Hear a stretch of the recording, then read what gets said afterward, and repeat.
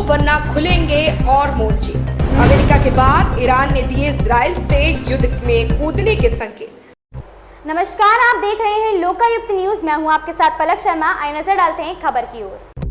Israel पर Hamas के हमले के बाद पूरी दुनिया दो हिस्सों में बंटी नजर आ रही है। अमेरिका, ब्रिटेन, फ्रांस और जर्मनी जैसे देशों ने खुलकर इजराइल का समर्थन किया है, तो वहीं अरब देश हमास का समर्थन कर रहे हैं। यही नहीं, इस मामले में ईरान ने तो अब युद्ध में ही कूदने के संकेत दिए। ईरान के विदेश मंत्री हुसैन आमिर अब्दुल्लाहियान ने कहा कि यदि गाजा पर इजराइल की बमबारी नहीं रुकती है तो फिर इस युद्ध में और भी मोर्चे खुल जाएंगे।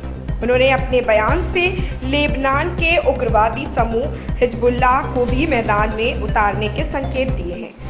हिजबुल्लाह और हमास दोनों ही ईरान खुलकर समर्थन करता रहा।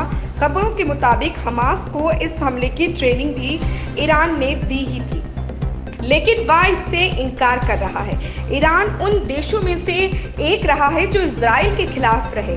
हमास के हमले के बाद ईरान, इराक, कतर, मिस्र जैसे कई देशों में जश्न मना रहा है और मिठाई तक बांटी गई थी। ईरान के विदेश मंत्री फिलहाल लेबनान में हैं और वहां इसी मसले पर बैठकें कर रहे हैं। गुरुवार को वह जब लेबनान पहुंचे तो हमास और फिलिस्तीन इस्लामिक जिहाद के सदस्यों ने उन्हें बधाई दी।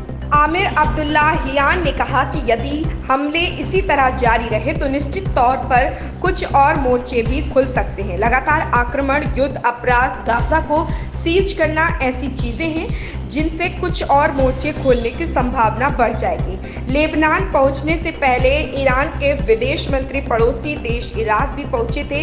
यहां उन्होंने पीएम मोहम्मद शिया-उल सुडानी से मुलाकात की थी। दरअसल हमास और हिजबुल्लाह को लंबे समय से ईरान से मदद मिलती रही है। वह उन देशों का नेतृत्व करता है जो अरब क्षेत्र में इजराइल के विरोधी रहे हैं। वहीं सऊदी अरब और यूएई ऐसे देश हैं जो इजराइल का तीखा विरोध नहीं कर रहे हैं। इस खबर में बस इतना ही। देखते रहें लोकायुक्त न्यूज।